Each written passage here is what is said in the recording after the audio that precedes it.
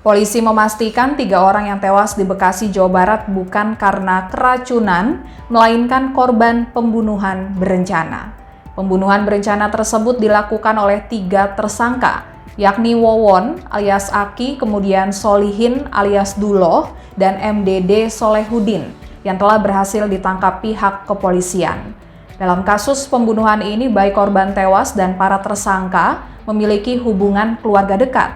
Korban pembunuhan di Bekasi bernama Ai Maimunah, merupakan istri sirih pelaku atas nama Wowon. Kemudian 2 korban tewas lainnya yakni Ridwan Abdul Muiz serta M. Rizwandi, merupakan anak Maimunah dari mantan suaminya.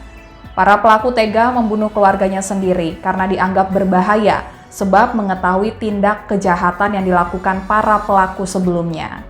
Sebelumnya para pelaku kerap mengaku dapat melipat gandakan harta dengan cara ilmu supranatural untuk membuat orang sukses dan kaya.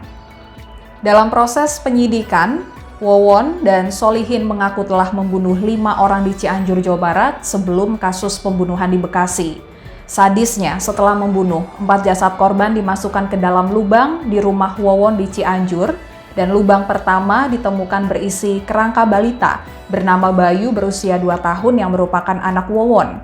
Kemudian lubang kedua berisi kerangka tulang 2 jenazah yang diduga atas nama Noneng, mertua dari Wowon, dan Wiwin, istri dari Wowon. Selanjutnya di lubang ketiga ditemukan kerangka tulang jenazah diduga atas nama Farida, berprofesi sebagai tenaga kerja wanita atau TKW. Namun 1 jenazah lainnya masih belum ditemukan, lantaran tersangka baru mengakui jika ada 5 korban yang dibunuh di Cianjur. Selain itu ada 1 korban lainnya di Garut, Jawa Barat.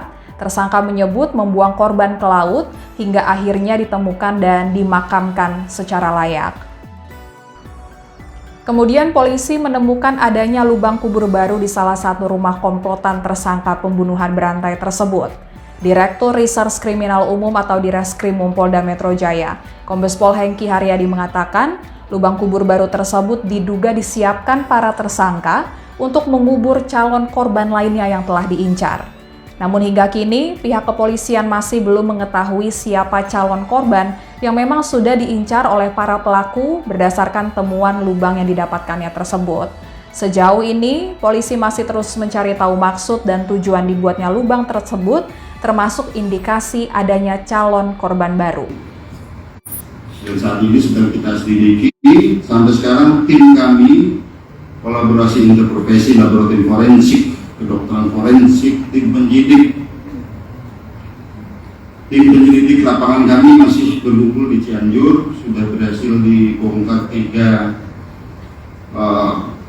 bukan makam ya, jadi tempat dikuburkan korban-korban ini, ada yang di sebelah WC, ada yang di dalam rumah dan sebagainya. Bahkan yang menjadikan rekan sekalian, di salah satu rumah tersangka sudah disiapkan lubang baru yang sama persis dengan TKP yang ada di Bekasi.